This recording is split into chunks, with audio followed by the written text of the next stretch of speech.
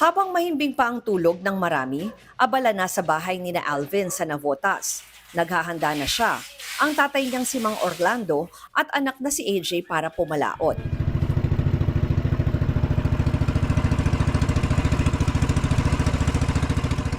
Di pwedeng makalimutan ang galon ng gas. Nagre-reserba na siya para mas mura pa. Halos magdoble na maganda kasi na, ngayon oo. ang tinaas ng presyo nito.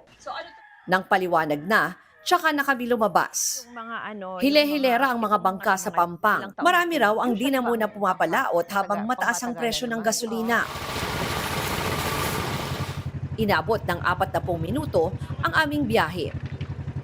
Nandito na tayo ngayon sa may bahagi ng dagat sa Bulacan. Pero alam niyo ba, ito palang ating Philippine Sea, ang pinakamalawak at pinakamalaki na karagatan sa buong mundo in terms of area, no, na nasasakupan. Nasa mahigit 5.7 million square kilometers pala yung sakop nito. Kaya isipin nyo na lang kung gaano karami yung ating yamang dagat.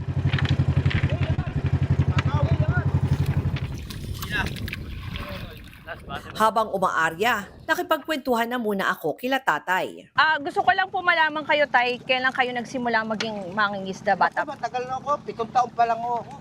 So yung tatay nyo mangingisda din po. Talaga. Tapos Dati. tinuro nyo kay Kuya Alvin. Siya naman. Oo. Kailangan kasi mga tamad mo sa pag-aaral eh. Kumikita naman konti-konti. Noong araw na kasi mura pa yung mga bilihin. Ngayon, tindi na ng halaga. Oo. Tapos si Tatay Alvin, kayo, Tay, Kuya, ano kayo? Ilang taong kayo? Ako, matagal na Elementary lang ako. Oo. Naghahanap buhay na rin ako sa dagat. Buhat nung naano ko ng dagat, di na rin nakapag-aaral. Oo. Dahil maganda kita sa dagat eh. Oo, pero kumpara dati sa ngayon, lumiit na yung kita. Lumiit na, wala na. Oo. Tsaka sa hirap, mahirap na talaga. Hindi ka mukha nun ng dagat, talaga maganda magbigay. Tapos ngayon, dagdag pa na problema nyo ngayon na lumalayo na nga kayo, mahal pa yung gasolina. Oo. Imbis na yung binambibili namin ng gasolina, imbis na parte na lang namin, Oo. naidadagdag namin sa pambili ng gasolina. Pagkalatag ng buong lambat, tsaka naman gumamit ng panimbog para mabulabog ang mga isda. Ayun, nagtatalo na. Ayan na, nagtatalo na yung mga isda. Oo. Ngayon, kukurbirahin na natin. Oo. Isasampa na natin. Tignan lang may isda. Titignan natin Titignan kung ko ba nakati isda? na. Oo. Sana nga meron. Dahil Sana talunan meron. Eh. Ay, hindi. Sabit.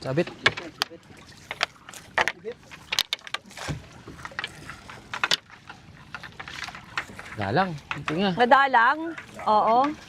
Dadalawang piraso pa lang. Hindi nga makakabuhay yung pamilya. Santo,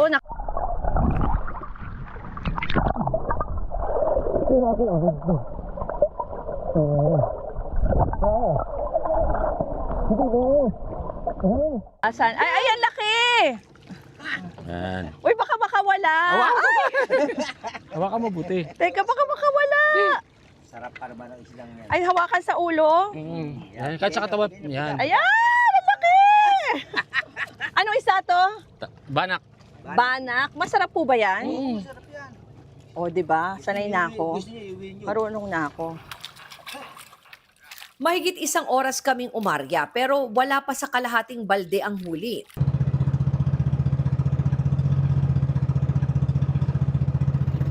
Kaya nagdesisyon na sina Alvin na lumayo pa para naman manghuli ng alamang.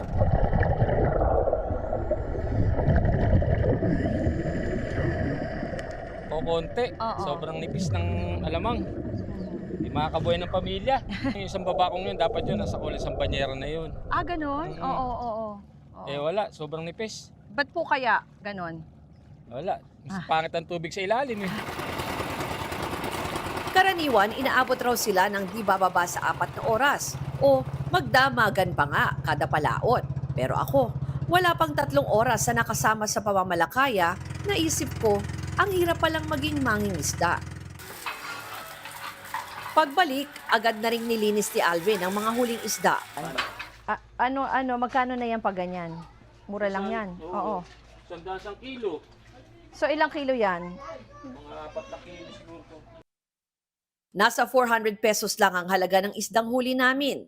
Ang alamang naman, wala pang 1/4 ng banyera, kaya nasa may 200 to 250 pesos lang yan. Tansya ni Alvin, nasa 600 pesos ang naubos naming gas, na dati ay nasa 300 pesos lang para sa ganong distansya. Suma total, break-even lang sina Alvin ngayon o halos walang kinita. Buti at may backup na negosyo si Jennifer, pagbebenta ng bagoong at mixed seafoods. Pero yung seafoods pala ay galing pa ng Bulacan at Cavite. Ang anak nilang si Jay, ramdam na raw ang pagtumal ng kita ng pamilya sa pamamalakaya. Kaya kahit huli, nag-aral siya. First year college siya ngayon sa kursong Forensic Science. Kaso, naisip-isip ko nung medyo nagkakaedad na ako, may edad ako 22. Sabi ko hindi ako pwede mag-rely lang sa dagat. Kasi pag nag-rely lang ako sa dagat, di naman laging meron. Kailangan ko ng stable job. Kung sakaling magkaroon ka ng anak, gusto mo ba silang matutunan na paano magdaragat? Siguro gusto ko lang makita nila pero hindi gustong matutunan. Kaya nga siguro ako pinipilit mag-aral para sa kanila, hindi na nila abutin yung inaabot namin dito. Nakakaalarma na sa pag-aaral ng Oceana, tinuturing ng dying industry ang pamamalakaya dahil nasa average na edad na 49 to 52 na ang mga mangingisda ngayon. Wala nang mga batang gustong mangisda. Mag-aral na lang. Mag-aral na lang. Oo, dapat mag-aral. Huwag na nilang pangarapin ng dagat. Dagat, wala kang nangyayari Wala. sa buhay nila rito. Paano kung walang mangingisda? Di wala na rin Hindi, makakain. hindi pa naman kami Kaya nyo pa. Basta't kaya pa namin, mangingisda kami para sa mga anak namin. Diba? Yan ang ibubuhay nila eh. Baka daw, Kaya pag napag-aaral sila ng ayos, sige, bitawan na namin sila. Alam na nila gagawin nila. Pero paano nga kaya kung tuluyang mawala ang mga mangingisda? Silang nagtatrabaho para matiyak na mayroon tayong makakait, sila pa ang gutom at naghihirap. Sila pa ang tila nalimutan at laging huli pagdating sa tulong at atensyon mula sa mga kinauukulan. Ruth Cabal, mukha ng maliliit, isyong malalaki. Dokumentado. Mga kapatid, Jig Manikad po. Pagdating sa mahalagang balita sa loob at labas ng bansa, dapat una sa lahat, mag-follow at mag-subscribe na sa social media pages ng News 5.